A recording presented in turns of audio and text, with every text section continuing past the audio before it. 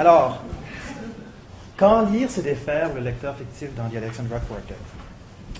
The Alexandria Quartet de Laurence Durel a été publié de 1957 à 1960.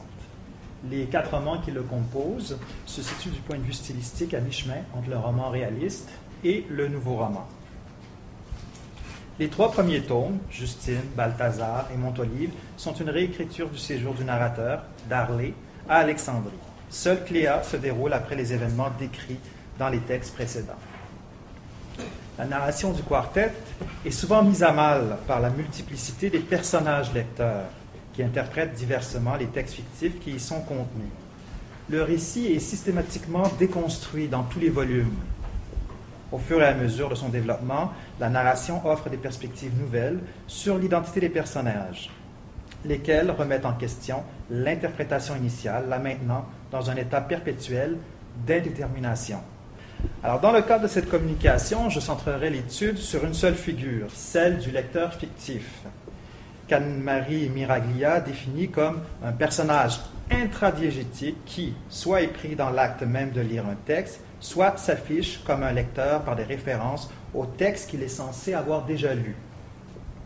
Afin de comprendre comment, malgré la pluralité des points de vue, le lecteur réel peut tout de même suivre l'histoire dont la linéarité est conséquemment malmenée, nous nous intéresserons particulièrement à la lecture des lecteurs fictifs.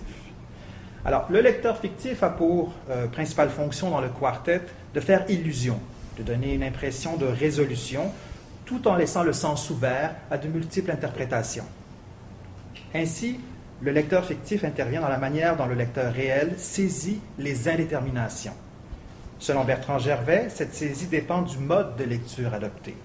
Il part du postulat que le lecteur doit choisir s'il préfère comprendre mieux ou progresser plus avant. Pour Gervais, ces 2 régimes ont des motivations différentes. Il distingue la lecture en progression et la lecture en compréhension.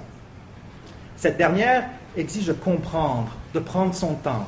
Elle est souvent ardue et demande de sortir du texte. La lecture en progression est quant à elle gouvernée par le désir de se laisser emporter par le récit, de suivre l'intrigue.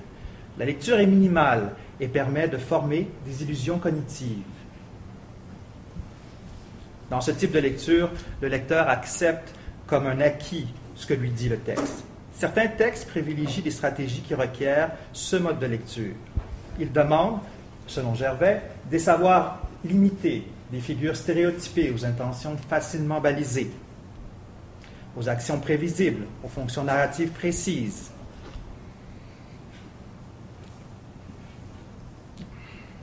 À cela, Gervais adjoint l'utilisation massive de procédés de suspense qui favorisent l'accélération du rythme de lecture en développant des structures d'attente très puissantes. Il s'agit de jouer sur la capacité d'anticipation du lecteur dans un souci d'économie des moyens littéraires. Bref, il faut faire oublier au lecteur qu'il est en train de lire.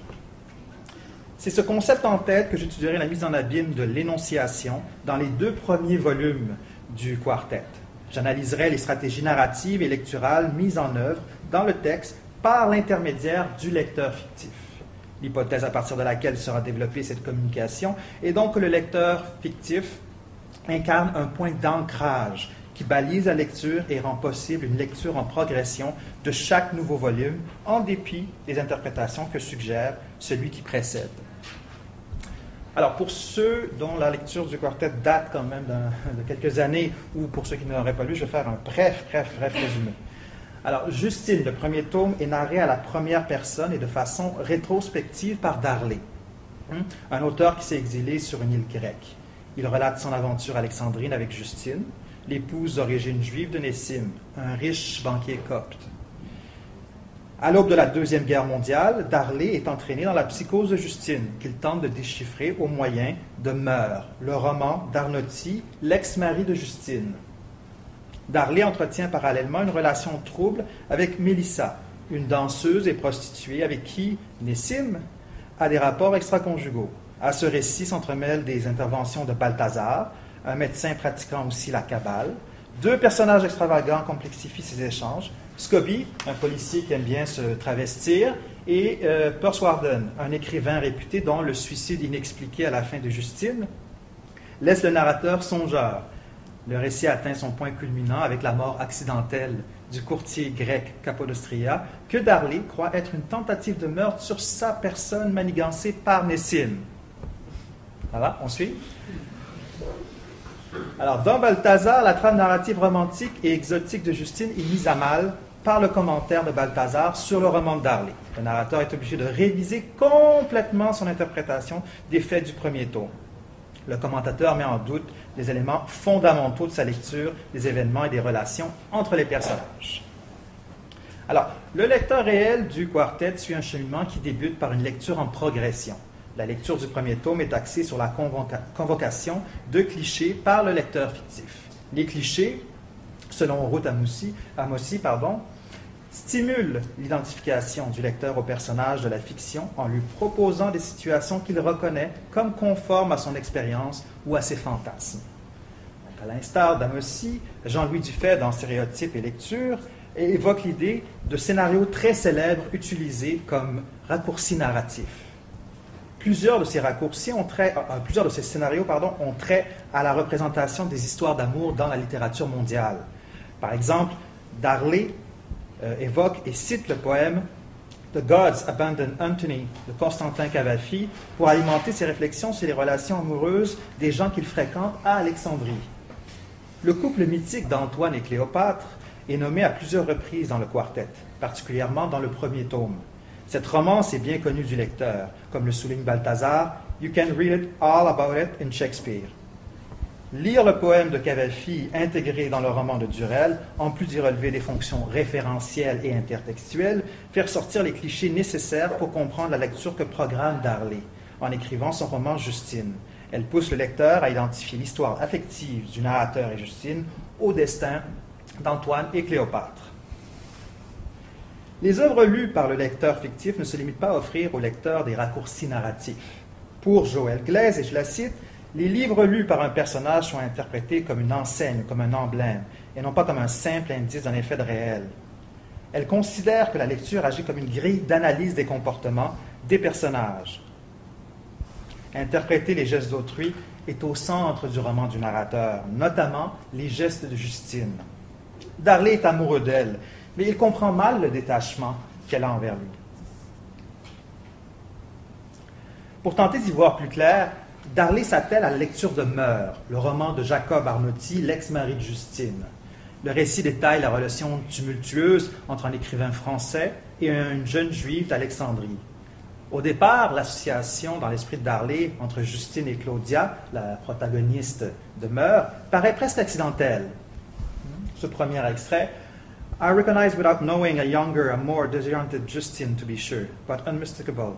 Indeed, whenever I read the book, and this was often, I was in the habit of restoring her name to the text. It fitted with an appealing verisimilitude. » Alors, dans cet extrait, les premiers mots sont déjà très révélateurs. « I recognize without knowing. » En fait, pour paraphraser Dufay et Amosi, reconnaître, c'est manipuler des stéréotypes.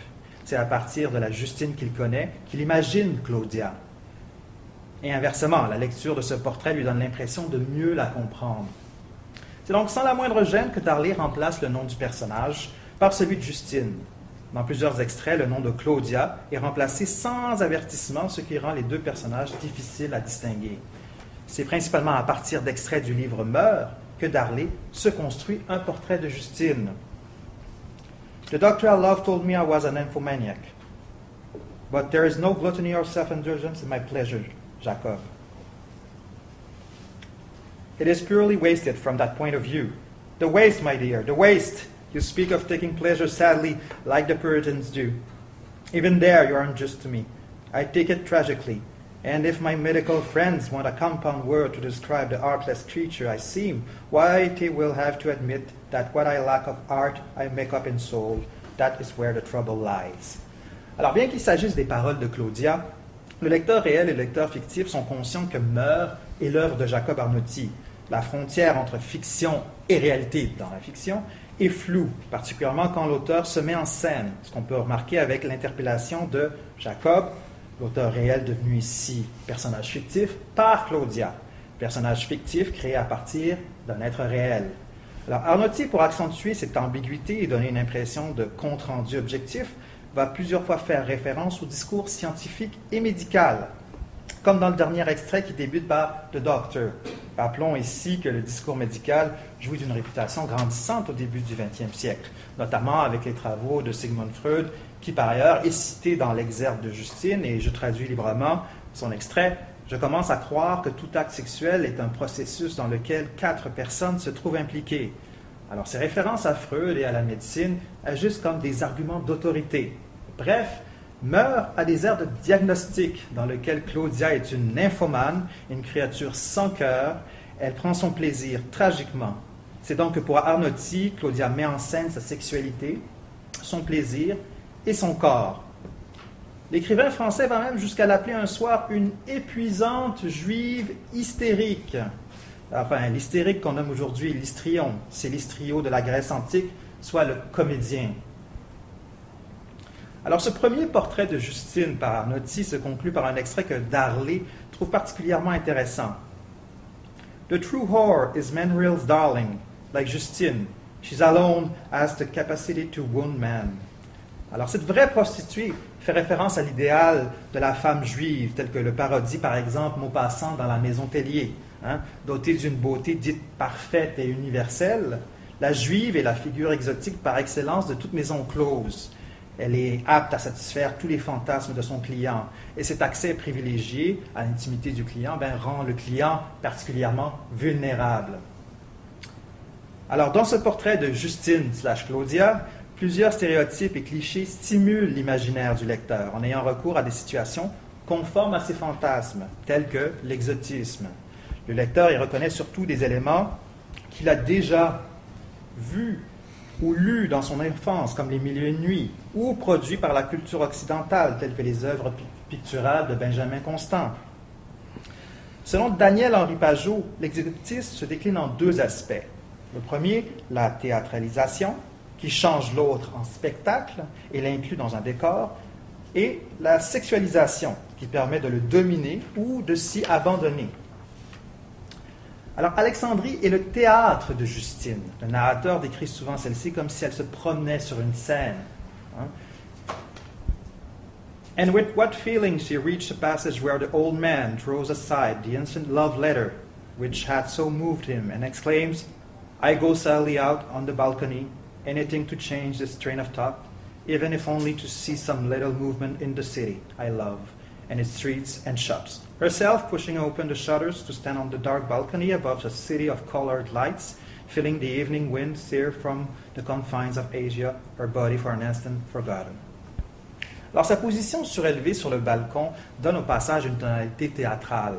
Le regard que porte Justine sur cette ville lumineuse et colorée ramène en mémoire le célèbre monologue « All the world's a stage » dans « As You Like It » de Shakespeare. Mais elle n'est pas seulement un observateur, elle est elle-même le centre d'attraction. Dans cet extrait, le narrateur met Justine en spectacle, lui fait répéter des gestes et s'approprier les pensées d'un personnage issu des écrits du poète hellénophone Constantin Cavafy. Le balcon, prélude à l'amour dans l'univers shakespearien, est depuis le 19e siècle le lieu des amours pervers tels que Baudelaire les a versifiés. Et les soirs au balcon, voilés de vapeur rose, que ton sein m'était doux, que ton cœur m'était bon. Ces brumes vespérales ne sont pas sans rappeler le vent des confins de l'Asie exalté par le narrateur du quartet. Cette mise en scène relève d'un exotisme sensuel et érotisé où le balcon est à la fois le lieu de l'exhibition d'une sexualité interdite et le refuge d'un rationalisme occidental qui occulte et moralise ce rapport hors norme. N'est-ce pas ce que conclut Justine en déclarant « You talk as if there was a choice. We are not wrong or evil enough to exercise choice. All this is a part of an experiment arranged by something else, the city perhaps, or another part of herself. » Ce dernier extrait rajoute une touche particulièrement fataliste au portrait que dresse le narrateur de Justine. Voilà qui explique, du point de vue de Darley du moins, l'indifférence dont Justine semble faire preuve en la compagnie du narrateur. Cette description jette une certaine lumière sur les motivations de Justine, qui est pourtant mariée à un jeune et riche copte d'Alexandrie. Alors, ce troublant tableau est à nouveau confirmé par la lecture du journal intime de Justine, faite par le narrateur. Ces diverses lectures fictives et l'utilisation de stéréotypes fixent certains éléments du récit afin que le lecteur puisse terminer sa lecture sans trop de suspicion du premier livre du Quatuor. Dans Balthazar, dès les premières lignes du roman, les lecteurs sont prévenus. We live, writes Persuadin somewhere, lives based on open selected fiction. Our view of reality is conditioned by our position in space and time, not by our personalities as we like to think. Thus, every interpretation of reality is based upon a unique position. 2 paces east or west, and the whole picture is changed. Something of this order. And as for human characters, whether real or invented, there are no such animals. Each cliché is really an anthill of opposing predispositions. Personality as something with fixed attributes is an illusion, but a necessary illusion if we are to love. In the end, says Persuadin, everything will be found to be true of everybody. Saint and villains are co-sharers. He is right. Alors, l'incise, writes Persuadin somewhere, révèle la présence d'un auteur fictif, dans ce cas-ci Ludwig Persuadin. Il est alors question, selon Lucie Hott, dans son ouvrage Roman de la lecture, de mise en abîme de la production. Mais cette incise, ainsi que celle qui suit, says Persuadin, révèle aussi un lecteur, Balthazar dans ce cas-ci. Il s'agit alors de mise en abîme de la réception. Cette inscription permet le plus souvent de développer une réflexion sur la littérature ou l'art de lire. Ainsi, en lisant In the end, says Persuadin, everything will be found to be true of everybody, le lecteur réel est invité à ne pas rejeter d'emblée les contradictions et à accepter la coexistence de différents points de vue et à remettre constamment en doute la fiabilité des narrateurs.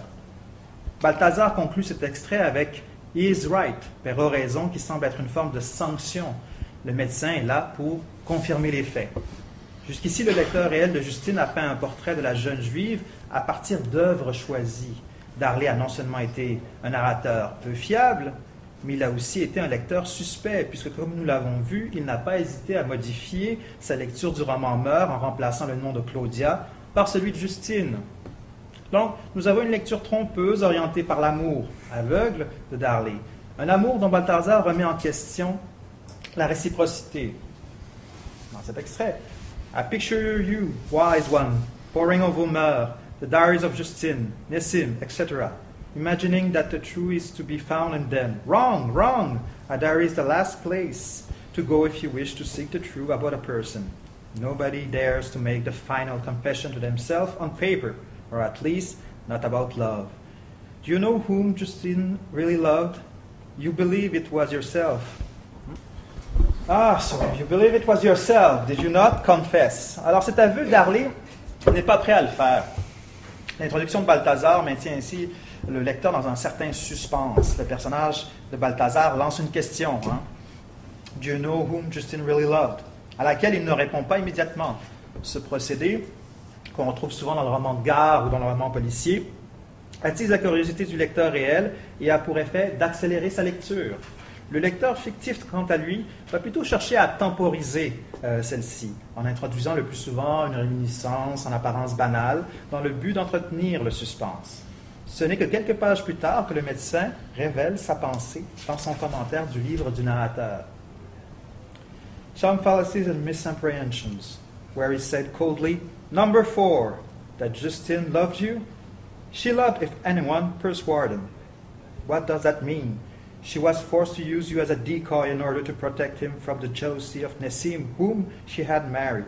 Persuadin himself did not care for her at all. Supreme logic of love. Ainsi donc, Justine était amoureuse de l'écrivain Persuadin. Cette révélation frappe le lecteur, réel ou fictif, à tel point que la plupart des lecteurs n'ont pas remarqué ce number 4, celui qui suit Some fallacies and misapprehensions. Ce pluriel indique que le narrateur s'est trompé ou a trompé le lecteur réel plus d'une fois. Qu'est-il arrivé aux remarques 1, 2 et 3? Le lecteur de roman n'est pas surpris que le compte-rendu des lectures de Darley ne soit pas dans un ordre chronologique, mais une lecture attentive révèle en fait que ces remarques ne font pas du tout partie du récit. Le narrateur, en fait, à de nombreuses reprises, omis certains passages de ses lectures.